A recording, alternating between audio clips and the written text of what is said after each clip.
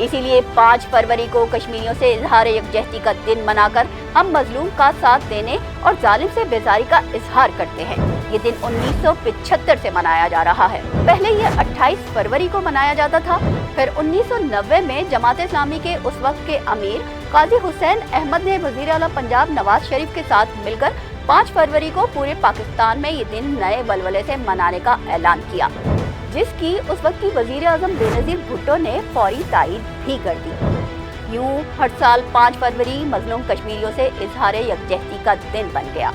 भारत कश्मीर में अपना तसल्लुत कायम करने के लिए तरह तरह के हथकंडे इस्तेमाल करता आया है। जैसा कि फरवरी 2019 में पुलवामा में भारतीय पैरामिलिट्री पुलिस एहलकारों के काफिले पर हमला करवाकर नरेंद्र मोदी ने उस वक्त के होने वाले इंतखाबात में अवाम की हमदर्दी हासिल करने के लिए अपनी ही फौजियों का खून पानी की तरह बहा दिया।